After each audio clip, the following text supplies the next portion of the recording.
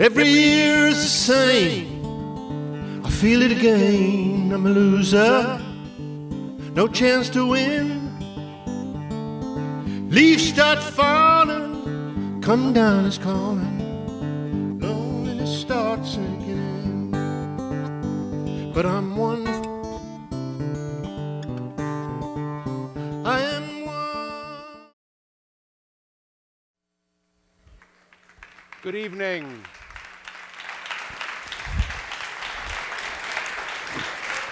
Good evening. My name is Paul Holdengräber. I'm the Director of Public Programs here at the New York Public Library.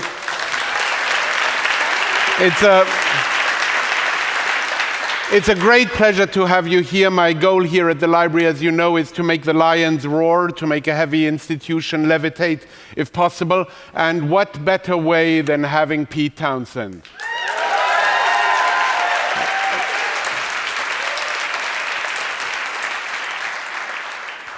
What you saw before was by Flash Rosenberg, our artist in residence, who will be, in fact, drawing our conversation as it happens tonight.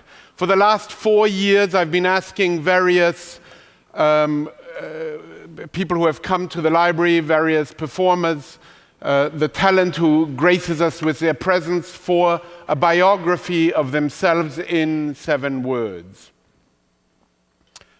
Rather than reading an elaborate description of all the honors they've gotten, I've asked them for 7 words.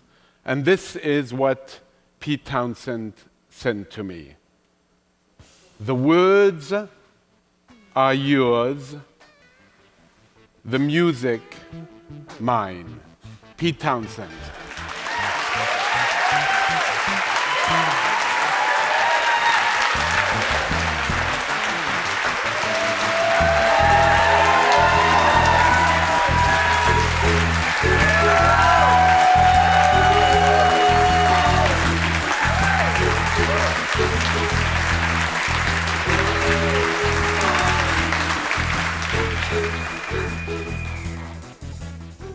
I had a couple of others.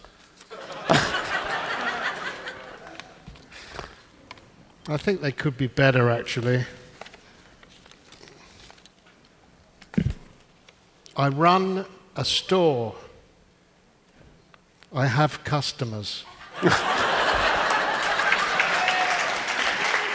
I am running a store. No, yes. I run a store. I have customers. That's only 7 ones. And I have another one. I do like the one that I picked in the end. I run with you a step behind. That's one for the artists among us. Tell me about the last one. What did you mean by it? The one that I chose. I feel like this book was the main thrust of this book was the book that I wanted to write when I was 20, which was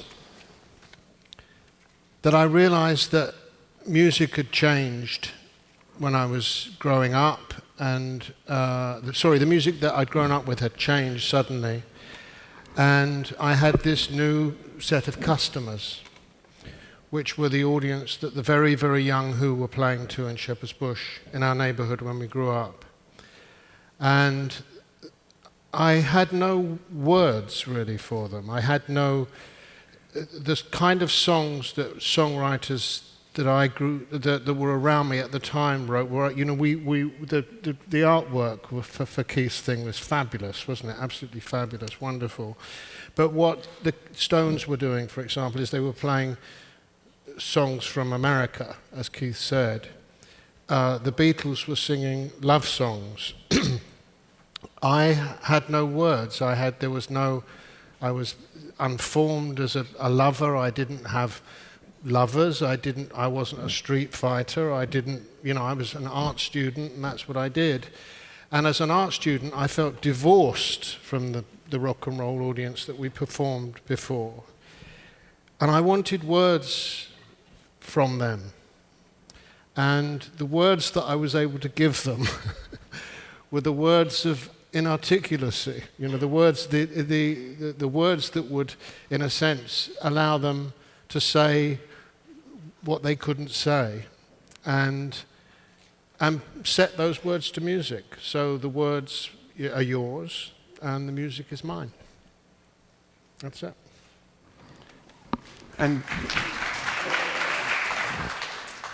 And to some extent, one of the reasons I wanted to show you that Keith Richards portrait was that he, just as you, shared that sense of the war.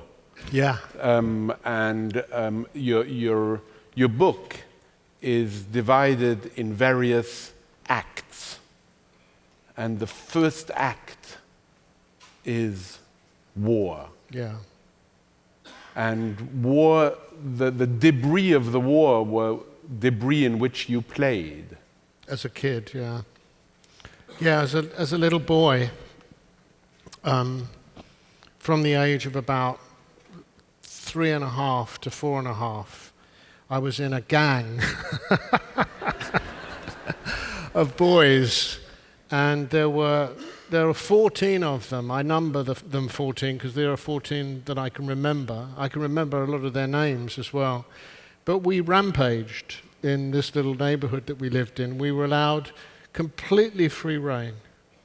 I can remember running into a blacksmith's. There was a blacksmith in our street, in our neighborhood, a man bashing horses' hooves. There was a place that made muffins, and we used to run into the muffin store, and there were all these women with these beautiful white outfits with white caps, and we would run in and take the muffins and throw them and then run into the street. And there were buildings that had not been investigated properly, so we would find things in the wreckage. One of my friends found a watch.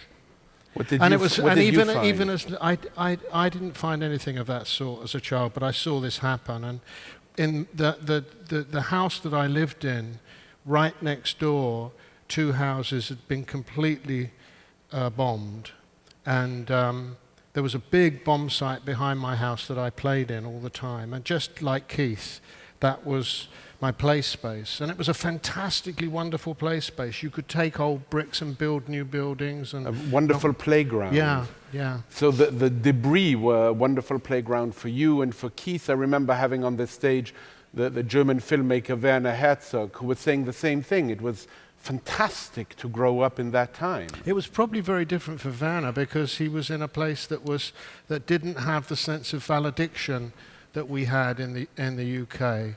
But the valediction was a problem when we became teenagers because our parents' generation felt that they'd given us this free life, freedom from war, freedom from the need to, we would become young men who would never be told, here's a gun, go and kill Germans.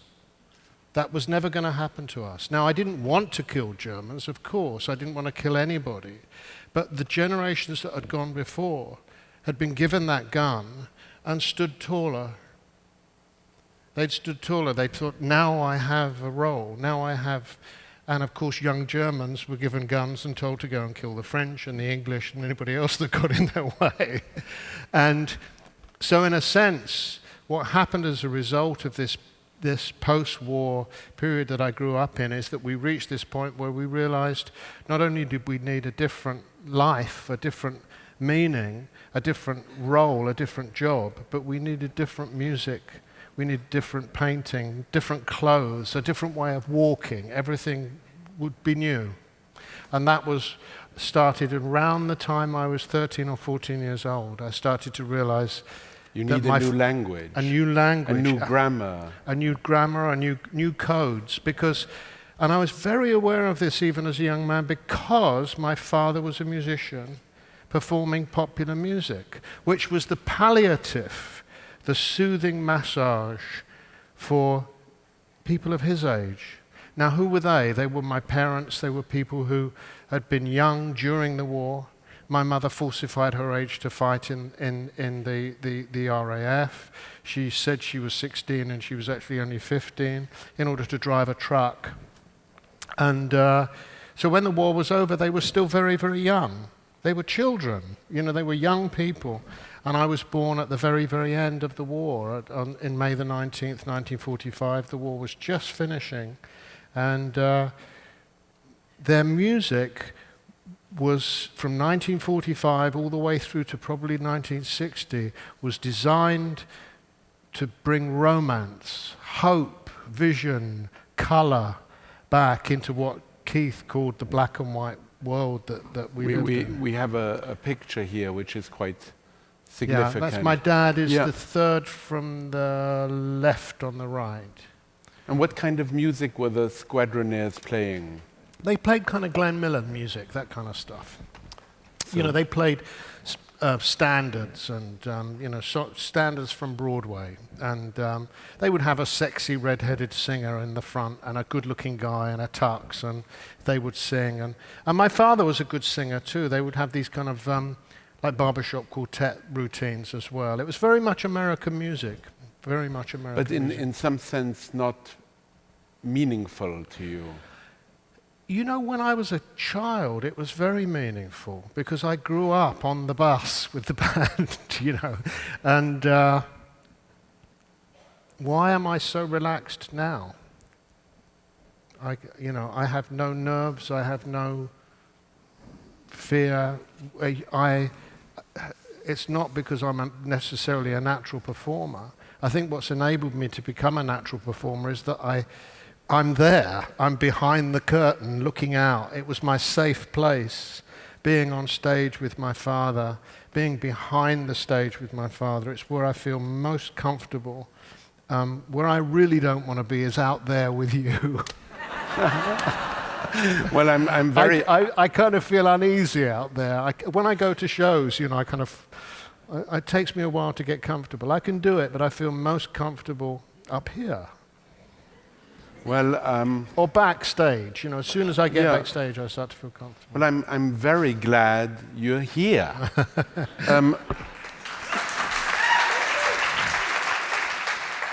There is a passage in your book which I think is just extraordinary in terms of this moment of the war and how music in some way needs to be a response to it. You say, my musical certainty drove me blindly forward. I felt I was hauling a band behind me that was ill-suited to the ideas drummed into me at college. But it was a better vehicle than the conventional life of a graphic designer. I wasn't trying to play beautiful music. I was confronting my audience, and with the awful, visceral sound of what we all knew was the single absolute of our frail existence. One day, an aeroplane would carry the bomb that would destroy us all in a flash. It could happen at any time. The Cuban crisis less than 2 years before had proved that. On stage, I stood on the tips of my toes, arms outstretched, swooping like a plane. As I raised the stuttering guitar above my head, I felt I was holding up the bloodied standard of endless centuries of mindless wars. Explosions, trenches, bodies, the eerie screaming of the wind. I had made my choice for now. It would be music. You should do this for a living.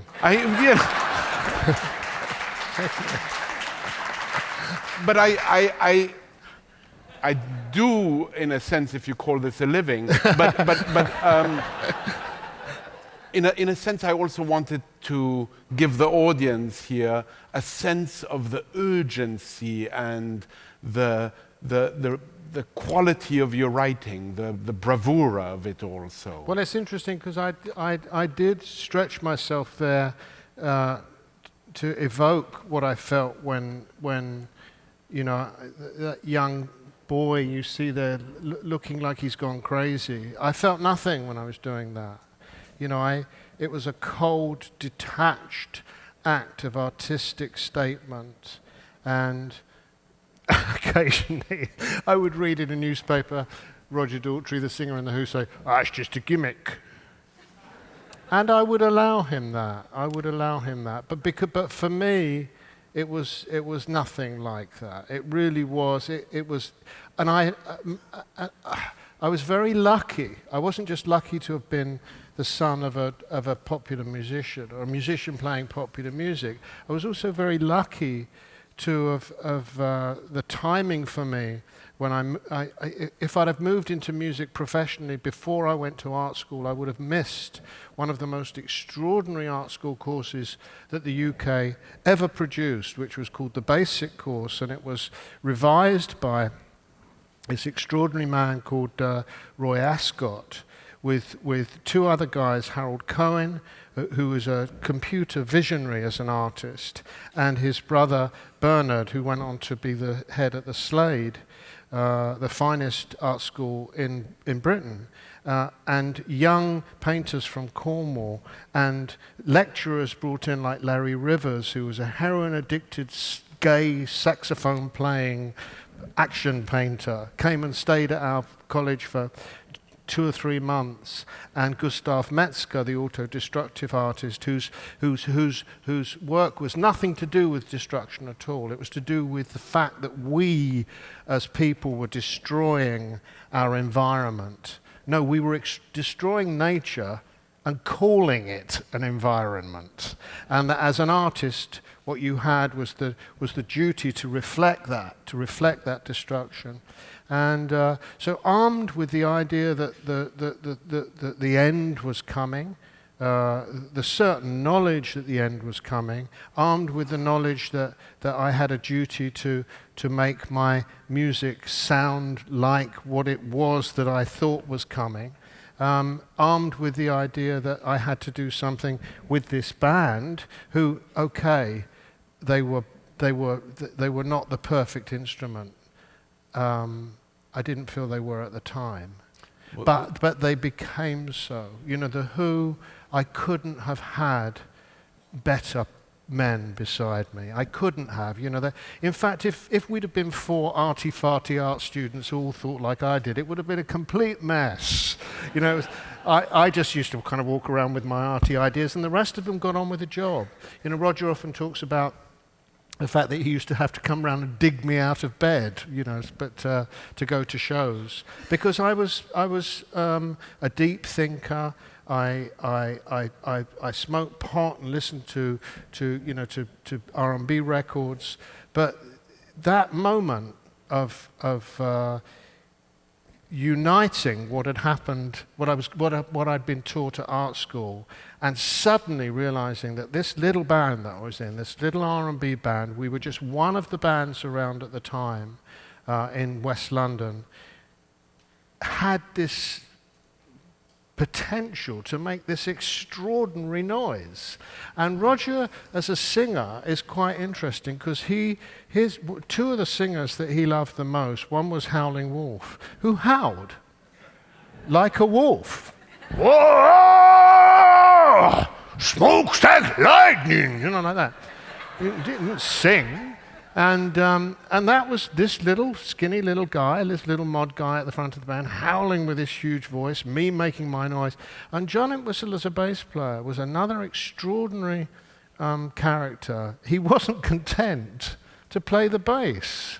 He wanted it to be more. He wanted it to be like a huge organ, and had these special strings made that didn't go boom, they went twang, and would bang away. And Keith Moon, of course, we all know about this incredibly expressive, fluid, almost orchestral drummer. He didn't play boom, ba, boom, ba, boom, ba, like most R&B drummers did. He'd go boom, boom, boom, boom. You know, it was all kind of like orchestral drumming. It was decorative. And so when I'm standing there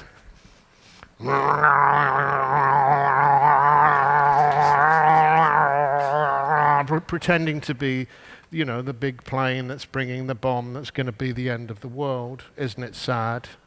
You know, don't look at my nose, it's coming. Around me, there's Roger going, John was all banging away, making a noise like 5 or 6, huge theatre organs all playing at once. And Keith making this, incredible kind of, almost like timpani and cymbals and, not like the normal kind of music that other bands were making. It was bedlam in a sense. And it was perfect for the artistic statement that I wanted to make. But what is most amazing in this statement is that earlier on you said that this visceral music, you stayed detached. Yes. How?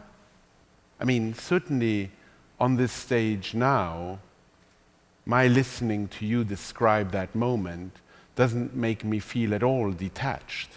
I feel very involved in that movement. But you claim that you were removed. You were you internalized, you were writing these songs but not singing them, and you were removed from it. I just wonder how that's possible. It's semantics, really. What I mean is that I would perform in a, state. This is where I sound like an actor, and I'm not very good at acting. I just do what I do. I don't act. I don't really know how to act, but I was able to.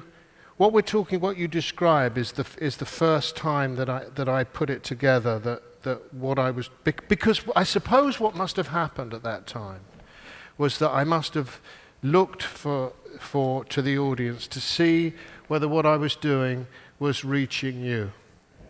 I'm doing this, I'm thinking this is the sound of this is the sound of war that will end all wars. What an absurd thing for an 18-year-old young man with a guitar and an amplifier that was too big, to be doing in a little pub when young men were trying to seduce a girl to take home and kiss.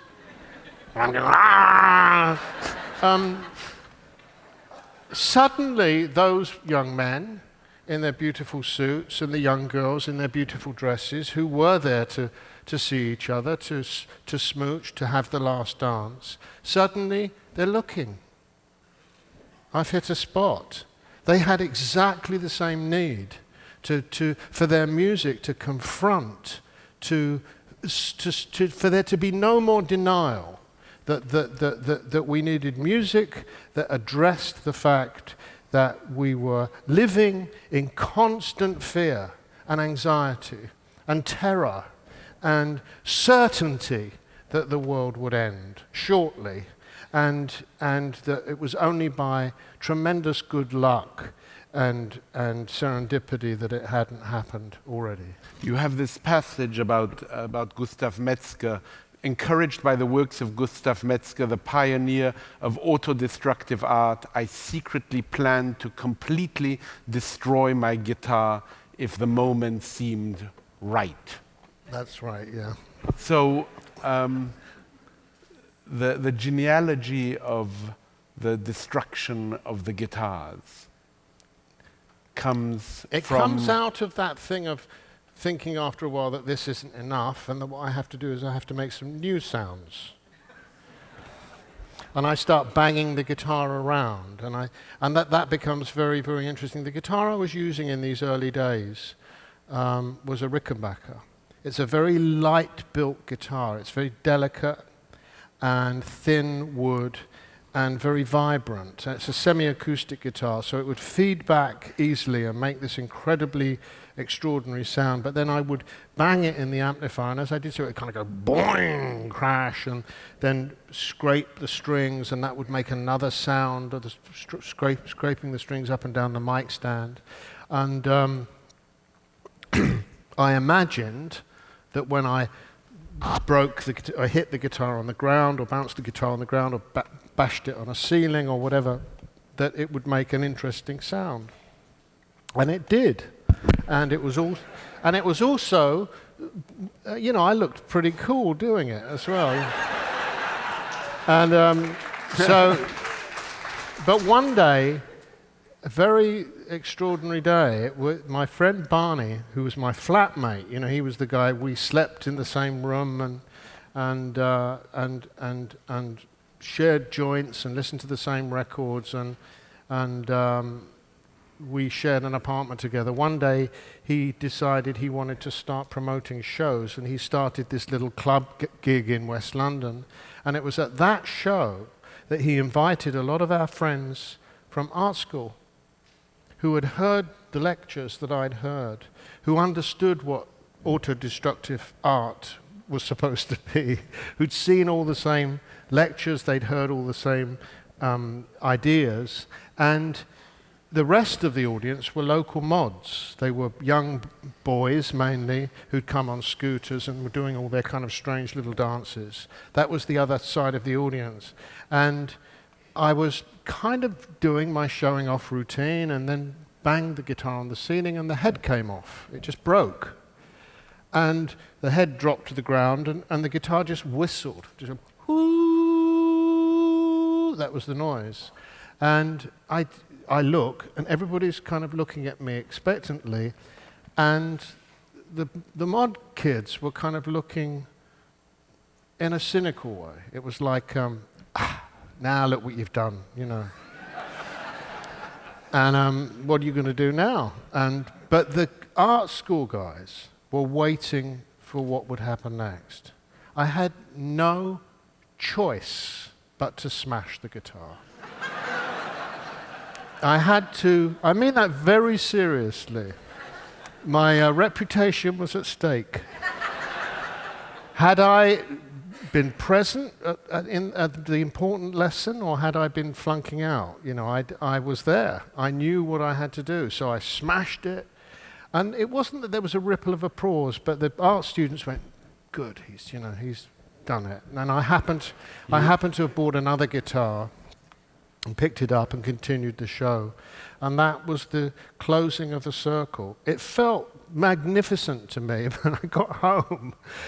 The Rickenbacker guitars in that age, 1963, late 1963, early 64, cost the equivalent today of £3,900, nearly $5,000, and I had mine on credit. I didn't know how I was going to pay for it, and in the ensuing 6 months, I broke another 7. And I was an art student. And it felt as good each and every time. It felt right. But in the end, of course, did become perceived as something as a gimmick. But you resisted that. Always for me, it's always been more than that. I've occasionally slipped into breaking a guitar because I've become annoyed with it. Bloody thing, and tossed it aside.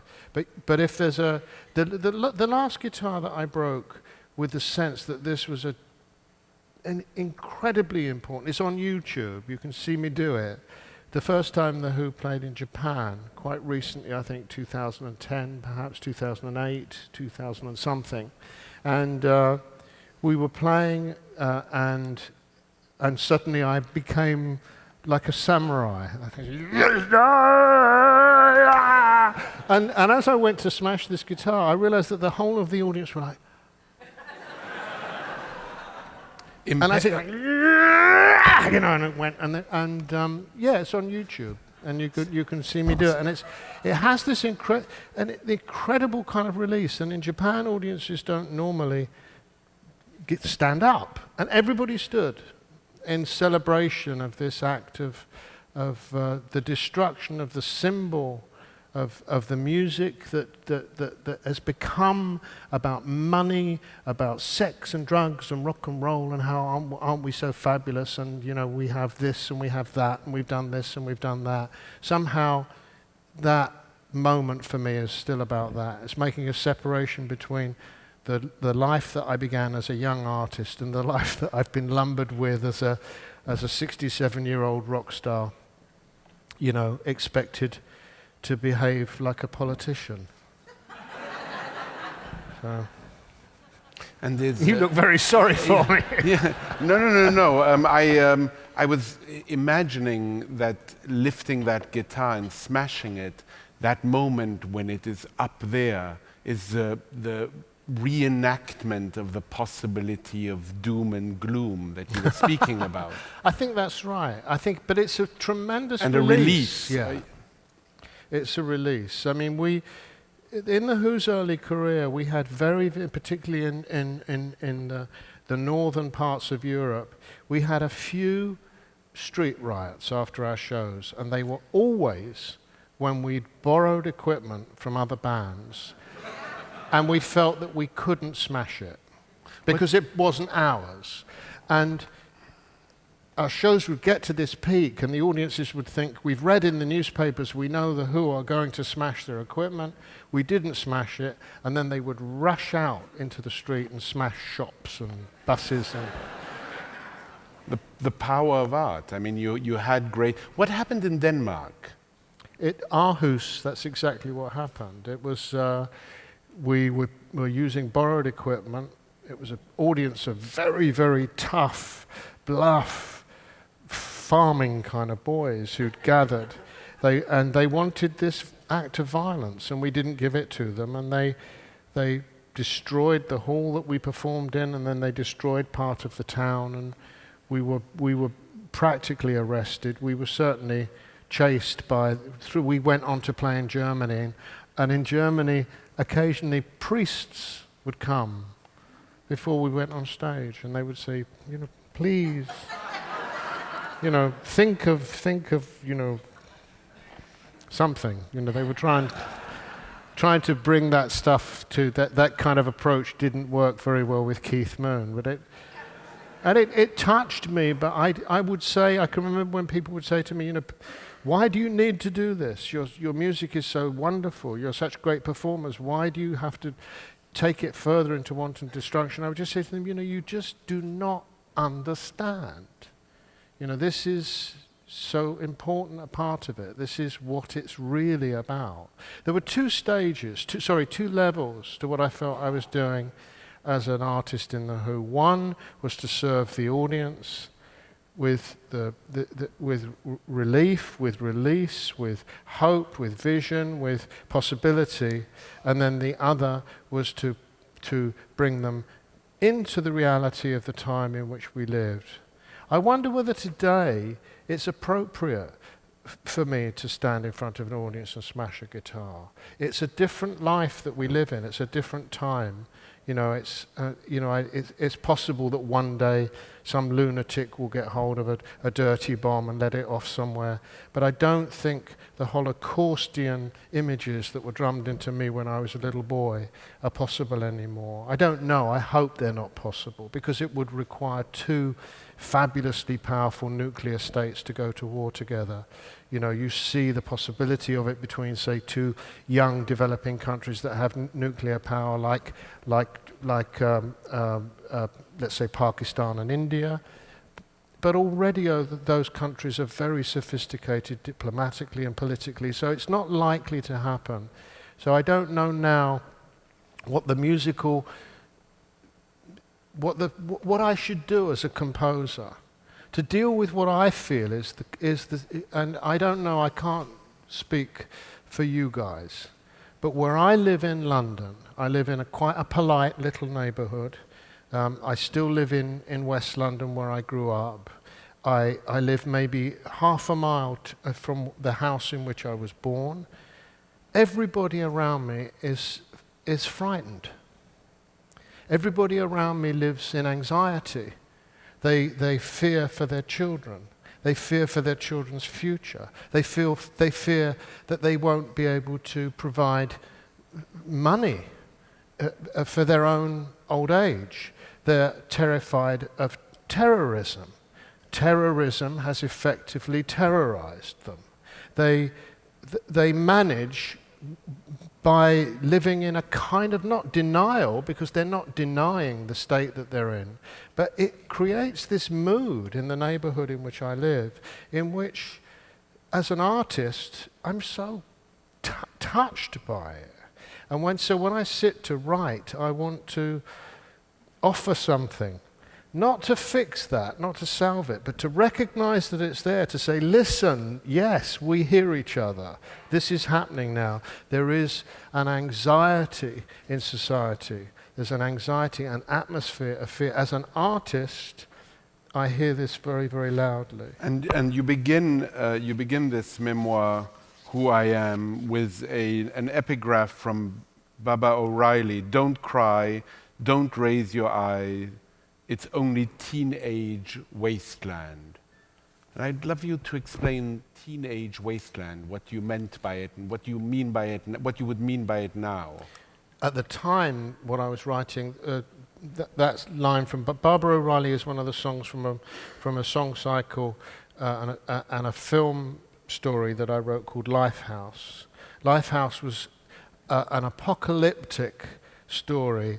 It was a utopian dystopian. It had this double-barreled, it could be good, it could be bad. It was the story that I wrote in 1971 about the coming of the internet, about the fact that I had this idea that at some point in the future, and again, I can't take credit for this. This was offered to me as a possibility by my teachers at art school 10 years before, 1961. In 1961, I was told that within a few years, every artist, every painter, every sculptor would have computers on their lap in 1961. At that time, there were 3 computers in the world, and one of them was probably as big as this building, maybe bigger. There was no, and I think the head of IBM said something like, I think 3 computers is probably going to be enough. That's true. And so I had this idea that one day we would all have computers as we do today, and I made my guess at where that would lead us.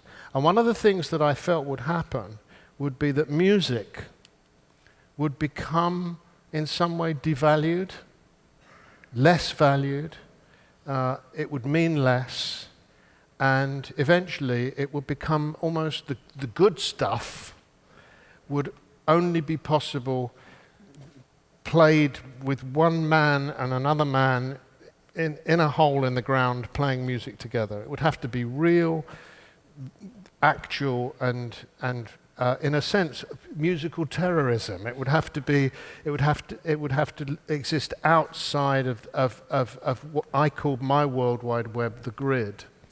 And the teenage wasteland were those who hung on to music in the way that it had always been. Because the new music, and I think what's so sadly prophetic is that I'm not saying that music is meaningless or empty now, but I do think it's not what it was. It doesn't mean what it used to mean to most people. And I think that the wasteland was also a reference to the vision of music festival, of congregation. The Woodstock, the Monterey, the Isle of Wight Festival, the chaos, the garbage that we left behind after our performances, where, in a way, that wasteland was indicative of how out of step we were with the kind of machinery that was needed to allow us to perform with an amount of dignity. We needed football stadiums, let's face it, What had to exist for the Who to exist in terms of musical precedence? We certainly needed Elvis Presley. We needed Muddy Waters. I think we needed the Rolling Stones. Can I read a little bit about the Stones? Yeah, I think page something or other. 53. Yeah, my college friends, Nick Bartlett and Barney, came to see the Detours for the first time. The Detours was my band, our band. It was the name for the Who in those days. Came to see the Detours for the first time at a gig on the 29th of March at a college in London. They seemed impressed, Barney had a steady girlfriend, Jan, who was very pretty, her dark hair cut in a mid-length bob, her eyes made even more dramatic with Egyptian-style kohl eyeliner. And it was she who first mentioned the success of a band called the Rolling Stones. On behalf of the Detours, who were too busy to watch other bands, Barney and Jan began to investigate the music scene beyond our insular pub circuit. There was a lot to explore. Although it turned out that the Stones were at the top of the local heap, Ealing had been the birthplace of British R&B a year before. Ealing was where we lived and where I lived. Had been the birthplace of British R&B the year before. Alexis Corner, father of the genre, had begun a regular gig at the Basement Ealing Club with the legendary Cyril Davis on blues harmonica. Brian Jones sat in from time to time playing slide guitar. Jack Bruce played upright bass, while Mick Jagger sang Chuck Berry songs. By autumn of 1962, which was my second year at Ealing Art School, the Rolling Stones had evolved into the band we know today and had taken over the weekly Ealing Club R&B date. Occasionally, we local art students would catch sight of them wandering around before the gig. By 1963, rumours about the Stones had become legend. There was no doubt in our minds that the Beatles aside, this was the band to watch. It was R&B, but it was also the fact of the Beatles, the fact of the Stones, the fact of that what these, they felt like older boys to us. You know, they were the older boys, the bigger boys. But when you say this was a band to watch, yeah, this comes again and again in the book, that you are looking at each other, you're sniffing each other out. There's a form of, in these very few years of, I don't know if one would call it competitiveness, but a certain, when you're looking carefully at what we were watching each other, but I don't think there was any need for competitiveness because it was such a clear field. There were maybe only 20 bands in the whole of England and they were all very good. But anybody that wasn't any good just didn't. The bands didn't last. Certainly the bands that played rhythm and blues music, there were just a handful. You know, there were the Yardbirds a few years later, which is where Eric Clapton cut his teeth. There was a band called the Mule Skinners, which produced a couple of the guys that worked with the Small Faces later on. There was a band, very unsung band, called Cops and Robbers, who played very authentic R&B. And when I say R&B, what I mean is Chuck Berry songs, Bo Diddley, Howling Wolf, Muddy Waters, Lightning Hopkins, but also they might veer off into other areas as well. They might play songs by the jazz R&B singer Mose Allison. They might play Bob Dylan songs, because by that time Bob Dylan was very well established. So, and then there would be bands that would play more of the folk rock stuff, like the Lead Belly and the Sonny Terry and Brownie McGee stuff, the kind of stuff that you would have seen in 1960, 61, 62 at the Newport Jazz Festival, that kind of music. And that music was being played by these little groups of young boys. And there were maybe, as I said, maybe 20 that I knew about. And we had the incredible good fortune to, at Ealing, there was a fellow called Tom Wright who was in the photography school. He's now a very famous photographer, and he started an art college in San Antonio, by the way. But he took a lot of photographs of The Who in our career. But he was at a college, and he was the son of an Air Force guy, American Air Force guy, and he had this big stack of records, R&B records, which I got to access to when I was just 16 and a half, coming up to 17, and started to filter them into the band to listen to. And of course it was all that music that Alexis Corner and Cyril Davis had access to. And they had access to, because these are old guys, they'd actually come to America and researched that music and come to Chicago and gone to New Orleans and come to Memphis and found these records and brought them home. And Tom had all this stuff. He had records by Mose Allison. He had R&B records by the organist Jimmy Smith. He had all of the Jimmy Reed albums, the boom, boom, boom, boom, boom, boom, boom, boom, boom. And the Stones had the same record collection. The guys in the Kinks had the same record collection. So we all had these record collections that were very similar. And that was where our music was rooted, was in that R&B. But the words didn't fit. I didn't feel the words didn't fit. They didn't fit the needs of the kind of people we were playing to in, let's say, the Goldhawk Club, which was near Shepherd's Bush in London. It's just to the west of the posh bit of Ladbroke Grove and Queensway. You come down Oxford Street and then you keep going and then eventually you hit Shepherd's Bush. And it was a very cosmopolitan area. There were Jamaican boys who were first generation. You know, they'd come over with their fathers and mothers and started a new life. There were lots of Irish boys who had come over completely on their own to stay with relatives to try to get work because Ireland was at that time was in depression. There were some Somalian men and who were around at the time. There was this mix of middle class and working class, mainly boys in this audience that we performed to, and yeah, they would love to hear about, you know, Maybelline, why can't you be true? You know, there was Chuck Berry's song. I'm not doing a very good version of it, but. Or you know, or Smokestack Lightning. But what the hell? You know, what they wanted was their own R&B, their own blues. And one guy gave it to them, and I'm here. Nobody else did it. Could you do something? Could you play for us something from that period? Yeah, I will. I'll play you something.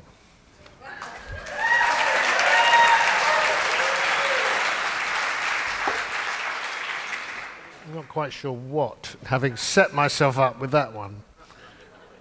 I don't do many songs in public, so this one is regular guitar, not that one.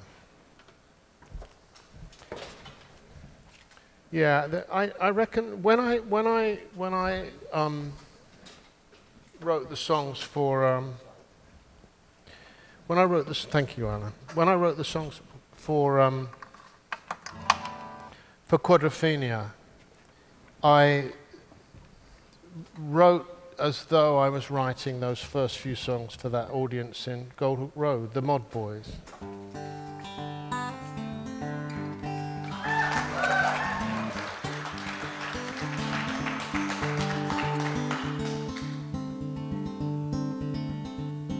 Every year is the same. I feel it again. I'm a loser. No chance to win. Leaves start falling. Come down is calling. Loneliness starts sinking in. But I'm one. I am one. And I will be. You will see, you will see, you'll all see I'm the one.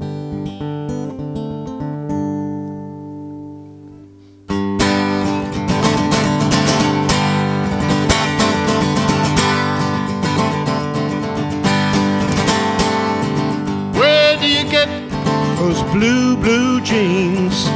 Faded, that secret so tight. Where do you get that walk oh so lean? Your shoes and your shirts are all just right. But I'm one. I'm one, yes I am. And I can't see that this is me. I will be. You'll all see I'm the one.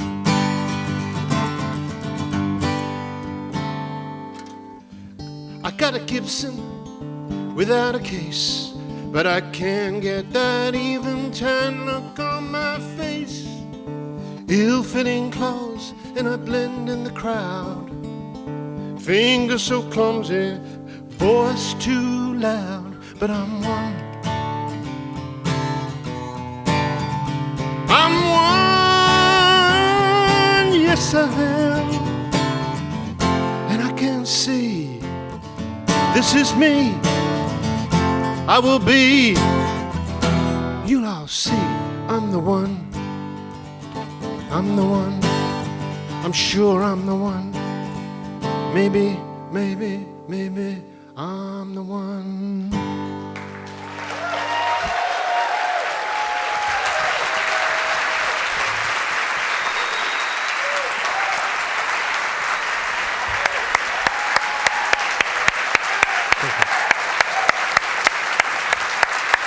Thank you. Thank you.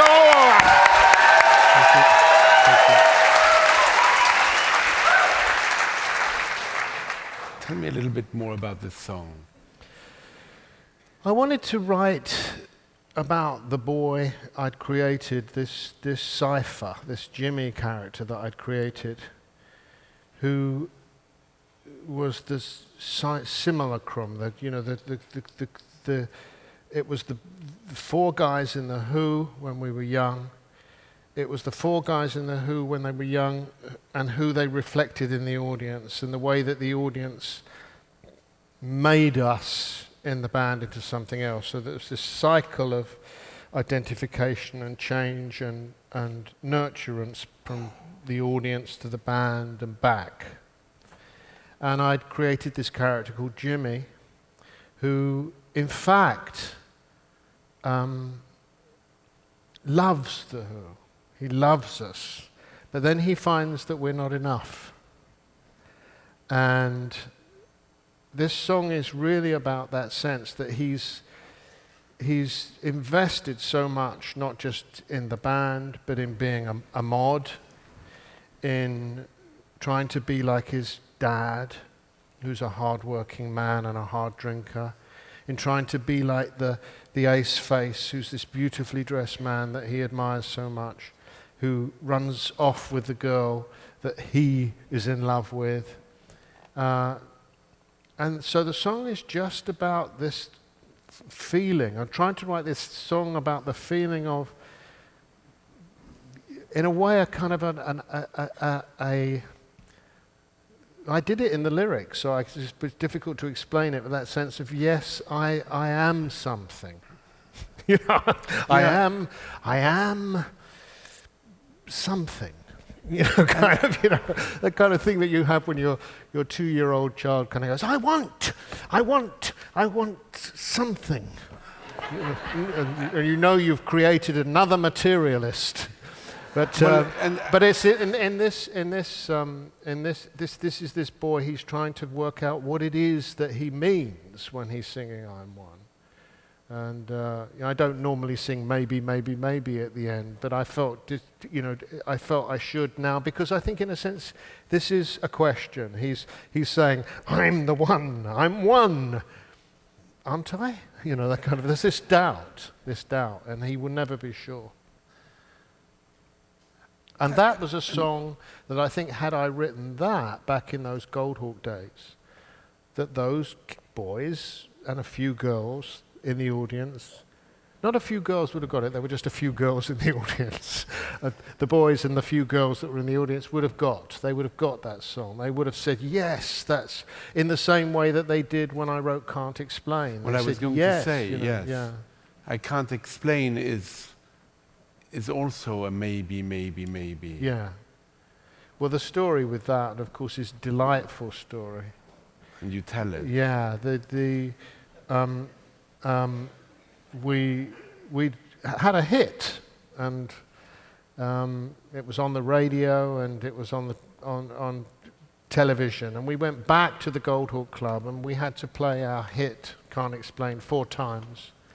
And afterwards we came off, and I was backstage, and I got this message, will you see Jack, Irish Jack, he's known as Jack Lyons, will you see Jack? He wants to come and tell you something. And Jack came back with a deputation of 5 other people, for 4 guys and a girl.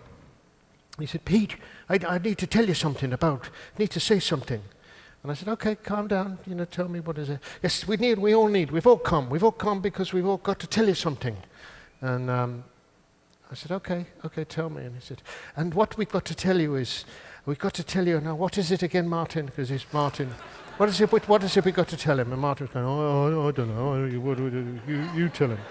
And he's going, well, the thing is, and Jack still speaks like this. I mean, he's a very, very smart guy now, and he is emerged as a really good writer and a raconteur, and he's a mod.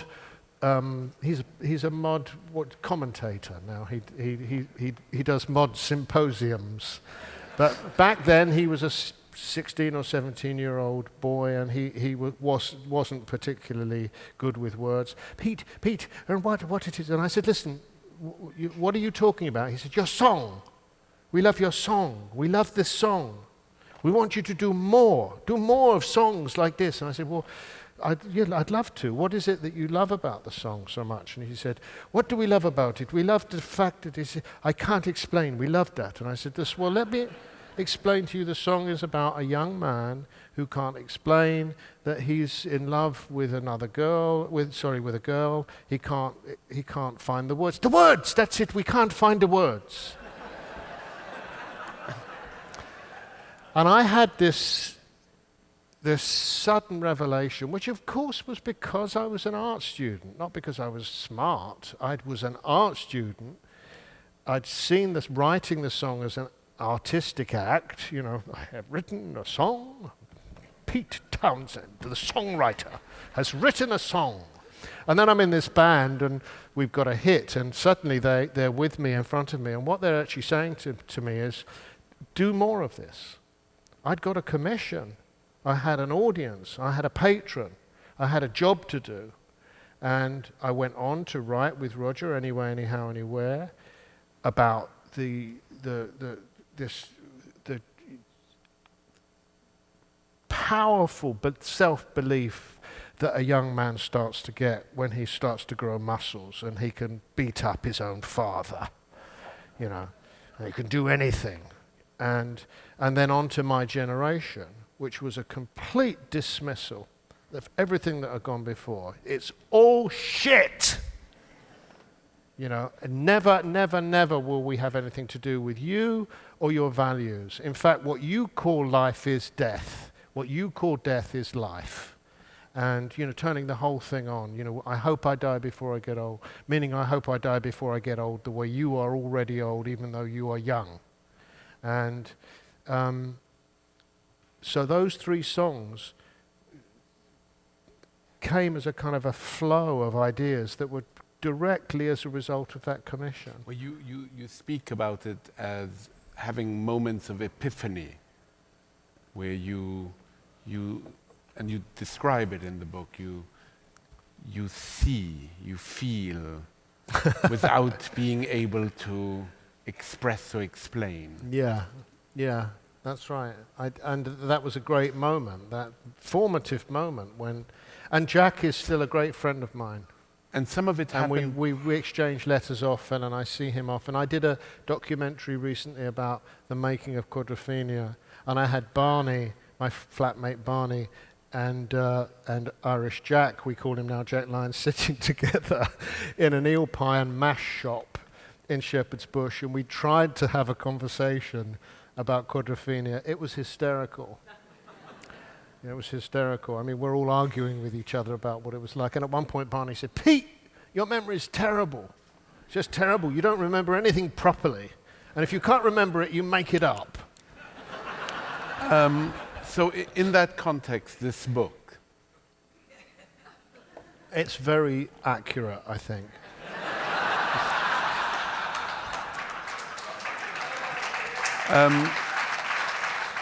As even now, you can tell that I'm trying to take this seriously.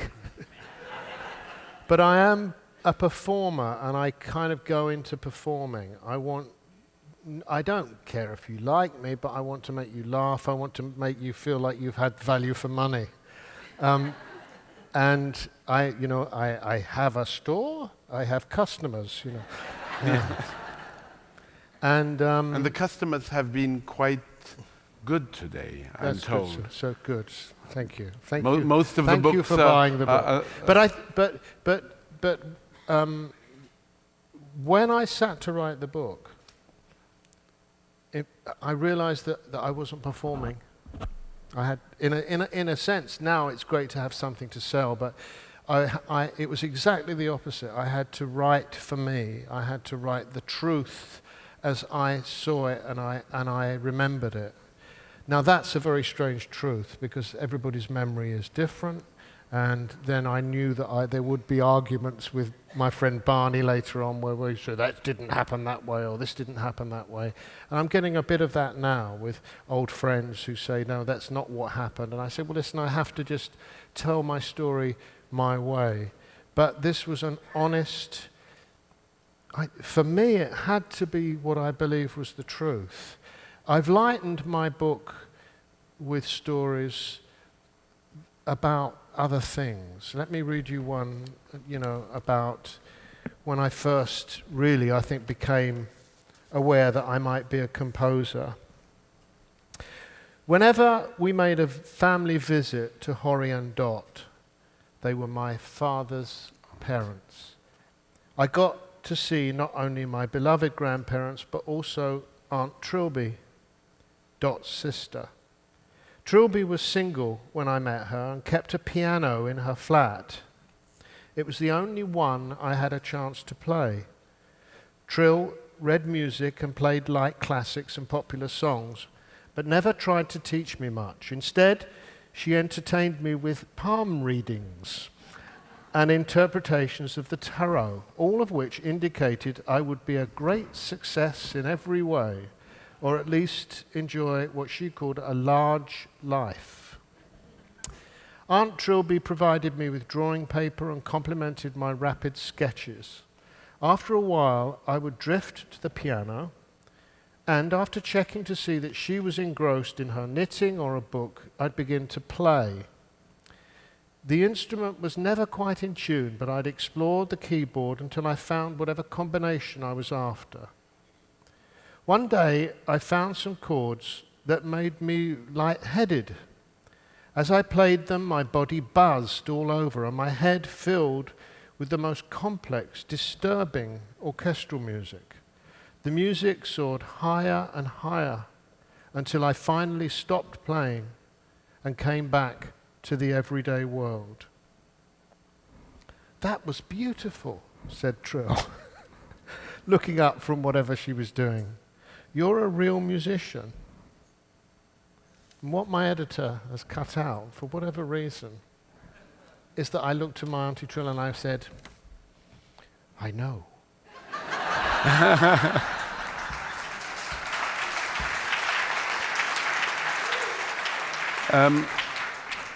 And it was all in my head. I was just literally sitting at the piano going, boing, boing, boing, boing. And she's doing her knitting thinking, oh my God, we've got to write one out.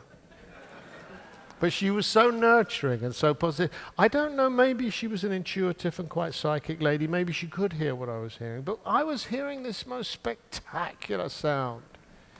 Just the most beautiful music that I spent my whole life trying to compose. You describe this in several moments of the book, hearing sounds, I know, it's so sad it doesn't happen to me anymore. It used to happen to me a lot. I would hear music. It's like almost like a kind of a bipolar, but a musical bipolarism. I didn't hear voices. I heard music, and I've celebrated this often, and I love to write about music. I like to write songs about music, and I think Barbara O'Reilly, the tinkly noise in the background of that, it was a found sound. I had this very strange old organ which had a kind of a marimba-y sound in it, and I remember finding this combination of notes that literally triggered this euphoria in me, this sense of, you know, going off into a trance, and then that became the music that was the background for Barbara O'Reilly. So a lot of the time I'm searching to find those sounds that I heard as a child. And yeah, it has happened again a few times.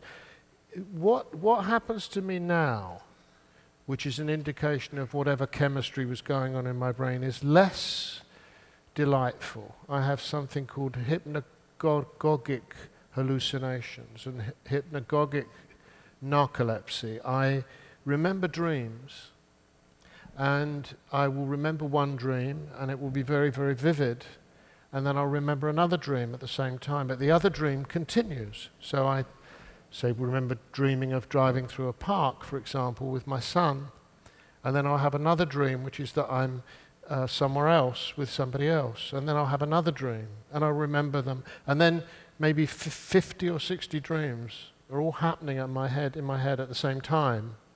And I begin to lose contact with reality, and I have to battle really, really hard to draw myself back. It seems to me that that's the same chemistry that once took me into a much more beautiful place. Now, if that starts to happen to me, I have to kind of make it stop. I can't just let my mind open anymore in the way that I could as a young man. I think something has changed in my mind and in my brain chemistry that means that I can't go to that place anymore. I have to bloody well write it. I have to compose it, you know, make it happen in reality. And this book is, in some sense, a testament of that. Yeah. You write, writing as a form of self-discovery, you write, since so much of this music bubbled up urgently from my subconscious mind, I'm left to interpret it much like anyone else. Yeah. That's right. It's very strange. And I think, it's true. I think a lot of composers from my era and what you would call the progressive rock composers, I suppose, found music. They discovered it. They didn't write it. They kind of played around. They would noodle, is the word, and they would suddenly, like in a sense, like collage, like finding some beautiful bit of paper and making it into a picture. And in the same way, a lot of the most interesting noises that are behind Who songs, like the noise behind Barbara O'Reilly, the noise behind Who Are You, the noise behind Won't Get Fooled Again, what we now call in the Who circle the CSI songs. Those sounds were electronic sounds that were partly discovered through experimentation. The sound of the guitar in Who Are You, that I created this, plugged my guitar into a synthesizer and fiddled until I got this incredible kind of strange bloodstream sound, you know. It's a very kind of like almost like being in somebody's bowel, you know, traveling with the burger.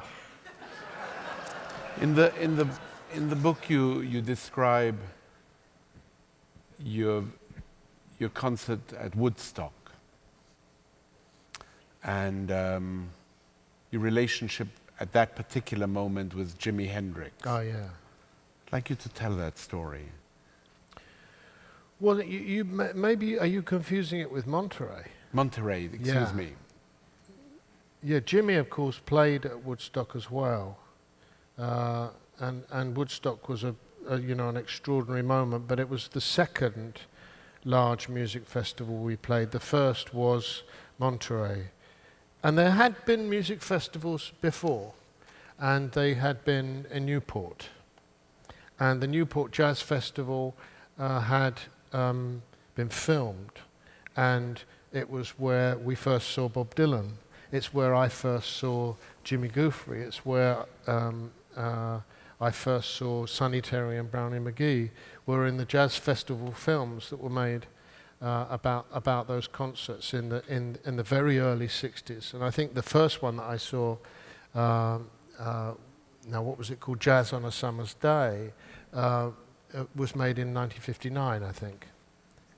But Monterey was in that spirit. It was, let's do a Newport Jazz Festival, but it will be pop. We'll give all the money away.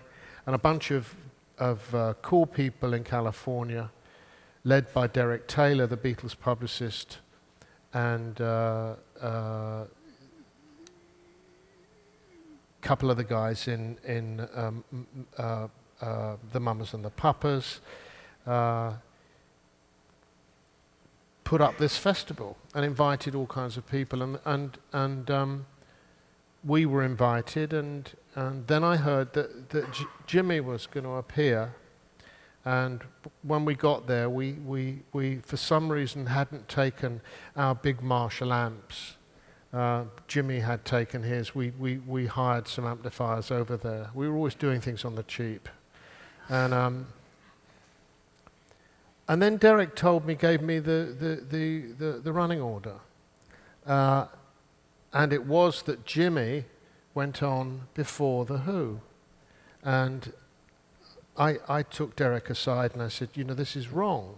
And he said, what do you mean? And I said, you know, Jimi Hendrix is got to be the most profoundly important artist of this generation. And I was thinking in terms of, you know, kind of music hall variety. You know, the artist that closes the show is the most important. And I wanted Jimmy to be higher up the list. And he said, oh, it doesn't matter. And I said, you know, it does. I don't think it would be appropriate for The Who to follow Jimi Hendrix. You know, he should be on after us. So he said, well, come and talk to Jimmy. So we went in, and Jimmy had just taken some very, very powerful LSD. And he was standing on a chair. He'd got a little amplifier, and he was standing on a chair, and he was playing, you know, and he was such an amazing player. You know, if you saw Jimi Hendrix perform, you'll know what I mean. If you didn't, well, you know, I'm sorry.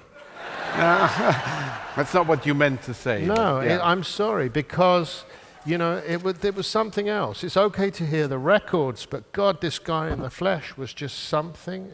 He was from another planet. He had the skills of a shaman. I've never quite understood how he did what he did. He seemed to be able to come alive and create light and color. I'd never ever took LSD to go and watch Jimmy play. I was far too terrified just in my normal skin. And but I always used to see stuff. You know, I think I'm slightly psychic. There's no question about that. But just the most incredible performer, elegant, graceful, and beautiful. And then you'd meet him afterwards, and he'd look like a dustman, a garbage man. He'd look like somebody that, you know, he'd look like a tramp. Seriously, he was very dirty and not particularly nice looking. He had very, very bad skin. And his hair wasn't a proper afro. It was just kind of... But you know, the reason why women went so crazy for him is that when he was on the stage, he looked like a god.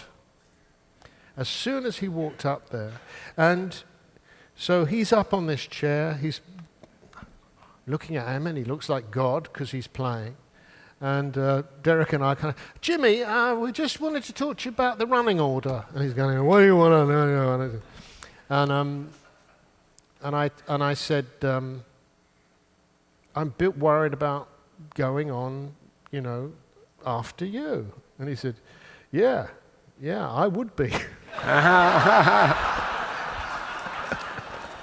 And I said, no, you don't understand. And he said, I think I understand. And at that moment, the idea came up to toss a coin. And Jimmy agreed, and so we tossed a coin, and Jimmy made the call, heads, and he lost. So he had to go on after The Who, because he lost. So we go on and we do our routine, and we smash our guitars, and everybody's kind of fairly stunned. And then I go out and I sit with Mama Cass, and Jimmy comes out and does roughly the same thing, but probably more elegantly. But anyway, he does roughly the same thing, and she turns to me and she says, "Pete, aren't you supposed to be the guy that smashes the guitars?" And I said, "It's everything I do, everything I've done, everything that I am, everything that I could ever have come up with is his now." And that's kind of how it was. And you feel that way, don't you, also about your very own songs? That in some way they don't quite belong to you anymore. No, that's right. You mean I've sold them to somebody? No, but that they've become, my generation has become. No, it never was mine. I don't think it ever was mine. There were two lines of service for me. One was to serve the band, of which I was a member. So I would wear two hats. I would wear the hat of the writer at home, and then suddenly I would be in the studio with a guitar, and I would want to find the composer and wring his neck because the guitar part was so poor. Do you know what I'm saying? I was serving this band of which I was a member, and but the other group that I was serving was the audience, and the Who's audience until 1980. No, earlier, to 1982, was 90% male. 90% male. And I think that was because I always wrote for those boys. Always. And as a solo artist, suddenly, and I was tapping a different vein when I was writing songs for myself, suddenly the demographic was that the audience was even. It was 50% men and 50% women. That was delightful for me. It really was, to suddenly have women come to me and say, "I'm a fan of your music." It rarely happened with The Who. It rarely happened that we would have real die-hard female Who fans. They're there. There's no question they were there. But the majority of record buyers were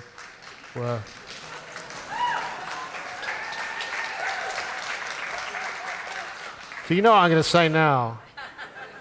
You're weird. Fancy liking The Who, that's creepy. All those songs about masturbation. You mean you do?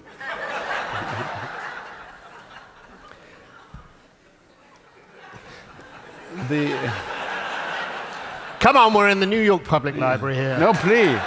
Precisely.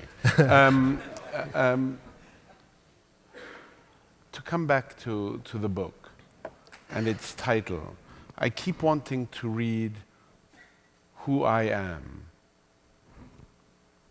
Who am I?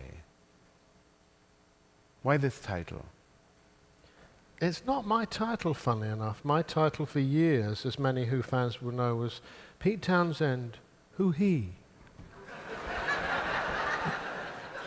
But my publisher felt it was a bit too insider, a bit too smart, a bit too publisher. It was what the editor of the New Yorker used to write after a comment that he'd made. If he one of his columnists had mentioned a name he didn't know, like Winston Churchill, Who He?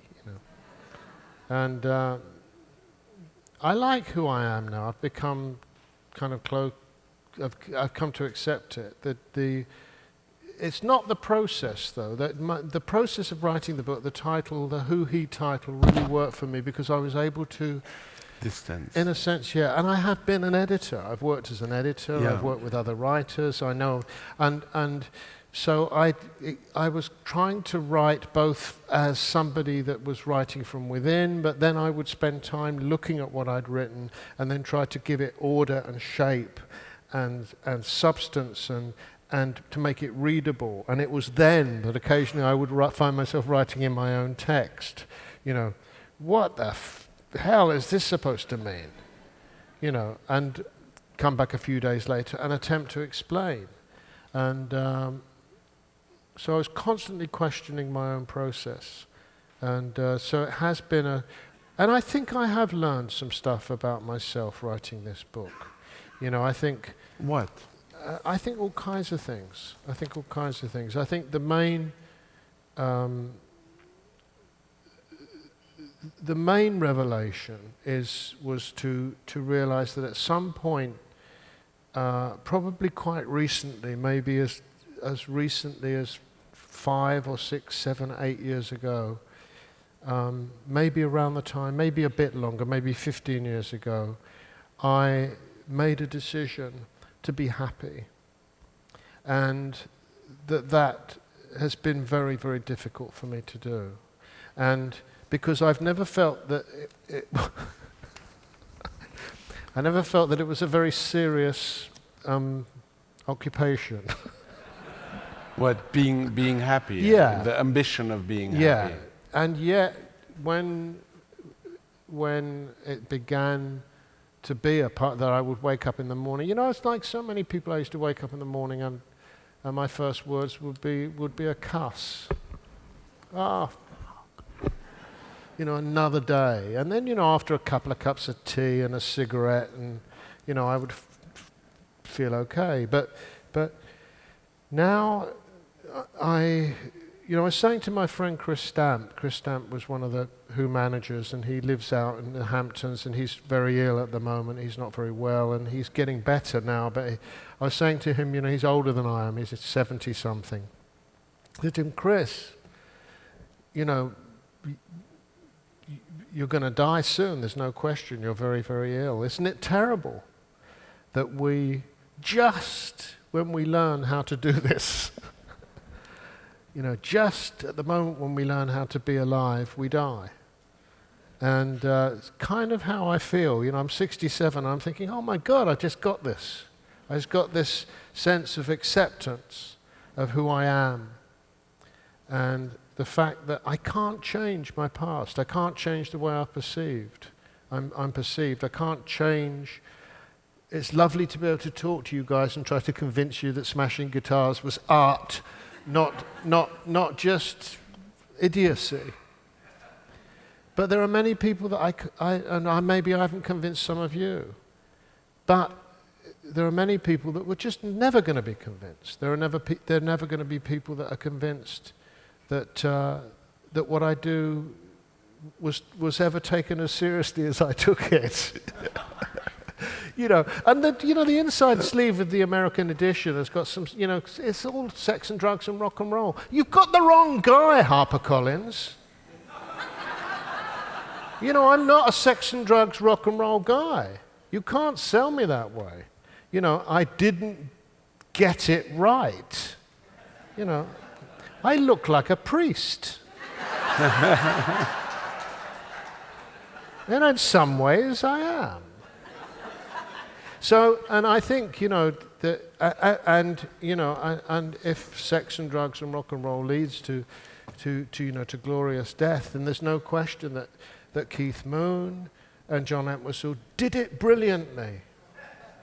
You know, and maybe the reason that I didn't was because I was with them and I watched them and I feared for them and I dreaded the day that their fabulous experiment would go wrong. And you know, for me, some of the early deaths of my friends in the music business, and Jimmy was one of them, you know, he had a 3-year career. It's insane. You know, the guy was a quantum genius, and we have so little from him. I'm so glad I saw his first 25 live shows in London, you know, one of them holding hands with Eric Clapton. Oh God, you know, this incredible guy.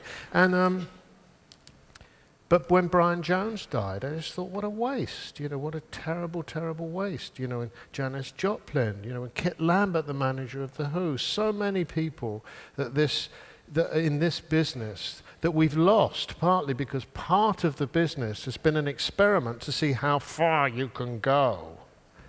Well, you can go that far, and then you die. Before you hopefully make us happy by playing a little bit more, I would like you to read the coda to your book, Okay. which I find quite extraordinary. Ah.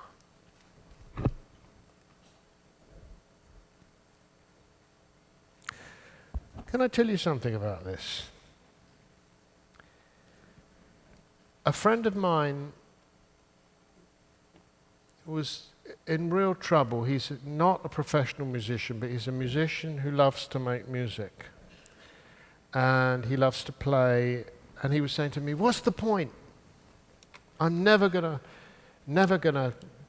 he's 50 years old now. I'm never gonna be good at this. I'm never gonna be great at this. I'm never gonna be a success. I'm never gonna make a hit record. And I wrote him something on which this is based. I wrote him a letter. I dedicate this book to the artist in all of us. This is as much a note to myself as one to you. Play to the gods. In show business, the gods are the seats right at the back of the theatre. The tough ones, where people got in cheaply and can't see or hear properly. and chat between themselves and eat lots of popcorn. For the artist, the gods is the universe, the big abstract picture, the unknown, the open sky and sea. Focusing on the infinite universe might seem rather grandiose or utterly aimless. In fact, it's as small or as large as we want it to be. Some of us believe there's nothing out there. Some of us believe we're surrounded by attentive angels, whatever. Play to the gods. Or, if you prefer, to a small basket full of stuffed toys. Or sing into the mouth of a hot water bottle. Or turn the knobs on a chest of drawers and pretend to be 20,000 leagues under the sea. It's all the same thing. If in doubt, just play.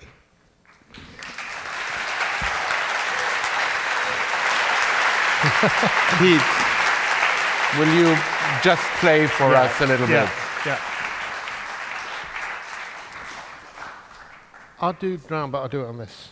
So give me the kappa.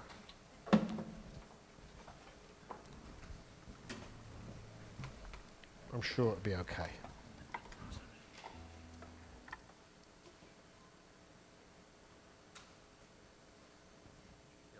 It's okay.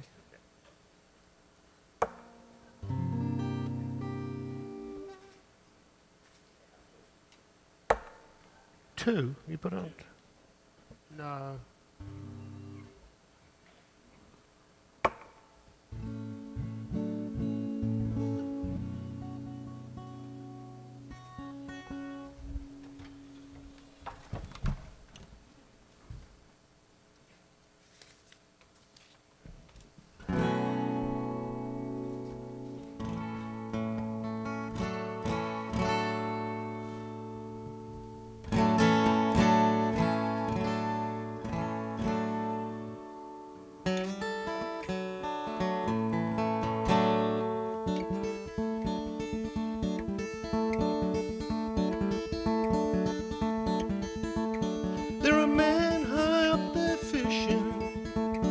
Haven't seen quite enough of the world.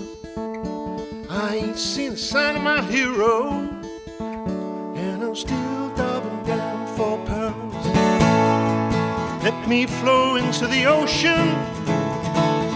Let me get back to the sea.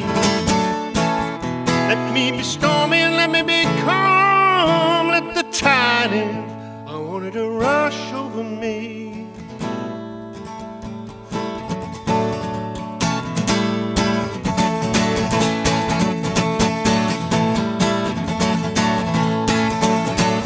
I'm blowing under bridges, I'm flying through the sky, I'm traveling down cold metal, and I'm just a tear in a little baby's eye. Let me flow into the ocean, let me get back to the sea. Let me be stormy and let me be calm, let the tide in. I wanted to rush over me. I wanna drown.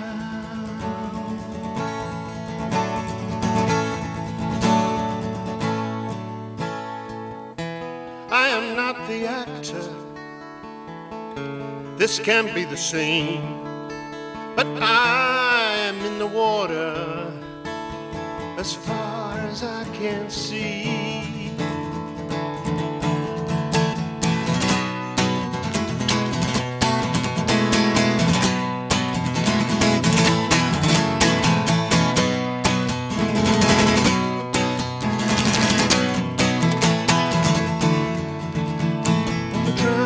Sweet, sweet love, I wanna drown in your sweet, sweet love.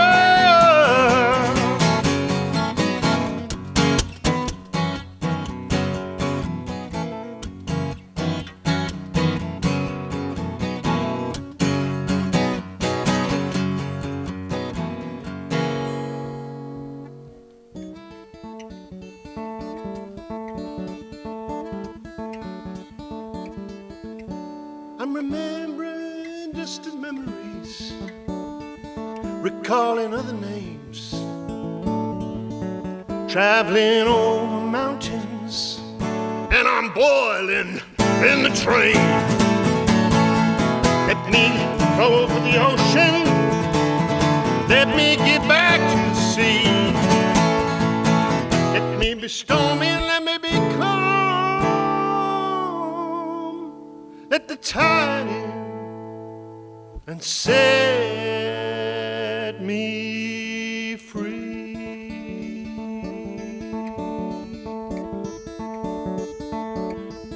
I wanna drown. Oh Lord, I wanna drown in your sweet, sweet love. Sweet, sweet love. Sweet, sweet love.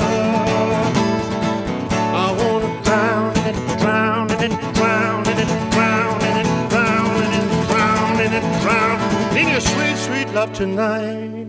I wanna drown in your sweet, sweet love tonight.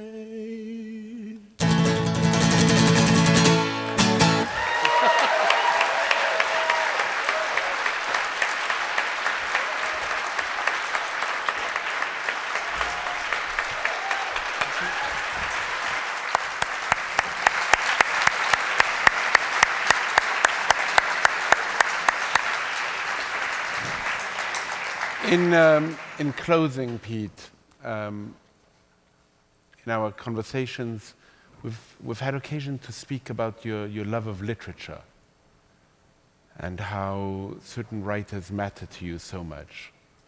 We're in a library. We are in a library. Yeah. And Hermann Hesse mattered to you early on, but Tolstoy, Tolstoy is my man of the moment, I have to say. Why? Because he is so passionately committed to writing for the people, for his audience, for those out there. He's not of them. He's not one of them necessarily. Like me, he feels a bit of a distance to them, but he writes for them and about them, and wants the best for them. And I just love, I love everything that he writes. And but the writer that struck me most, you mentioned Hess and Idries Shah, I read as well when I was pursuing the spiritual themes for Tommy. I read a lot of them. But prior to that, as a very young man on the road, I used to read, George Louis Borges. I loved his book called Labyrinths. And it was way, way, way above my head, but I used to find it just wonderful to read. I'm great. And he's another non-English writer. But the writer in the English language that I think I love the best is Joseph Conrad. And because he writes so brilliantly about the sea. And for me, the sea is a place of joy, but also of pain. The time that I write about in the book, when I went to live with my grandmother, dark, painful times. I hated her. I've only recently forgiven her in my heart. Why my parents let me go and spend time with her, I don't know. She was very mentally ill, and I think I wouldn't say she damaged me, but she fashioned something in me that I've had to draw on. If there's any darkness in me to draw on, it comes from my time with her. We lived by the sea. She lived in a place called Westgate, and we used to go and walk, funnily enough, past the bench on which apparently T.S. Eliot wrote Wasteland in Margate. And we'd walk these endless long walks, and I would trot behind her. I was 4.5, 5.5, then 6.5, before my mother and father came and took me home. But I loved the sea, and I loved the time that it felt to me, I always used to feel if I could just get out there and just get on. Yes, escape. And we lived near Manston Airport, which was a US Air Force base, and so the sky in those days was full of jets and planes and bombers and all kinds of stuff. That seemed to be closed off world to me, but the sea was always a possibility. And the sea down in Kent there's a strange light down there. And when I came to write this book, I told myself I would go back there. And I never did. I was frightened to go back. I was frightened to go back because I felt that I might remember things that I didn't want to remember.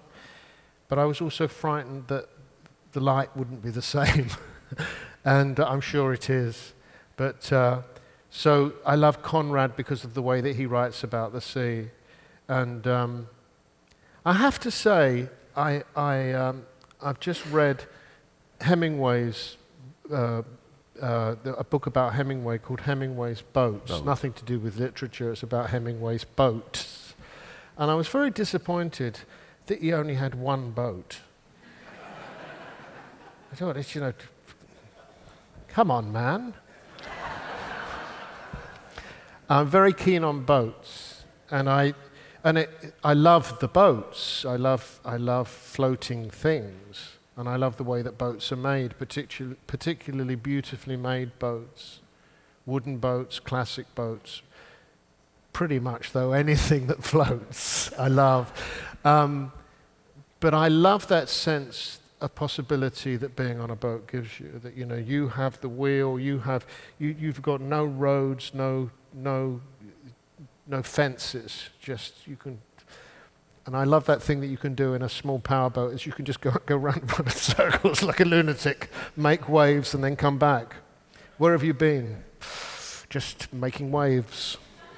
Pete, we've been with you. Thank you so very much. Thanks a lot. Thank you so much. Thanks very much.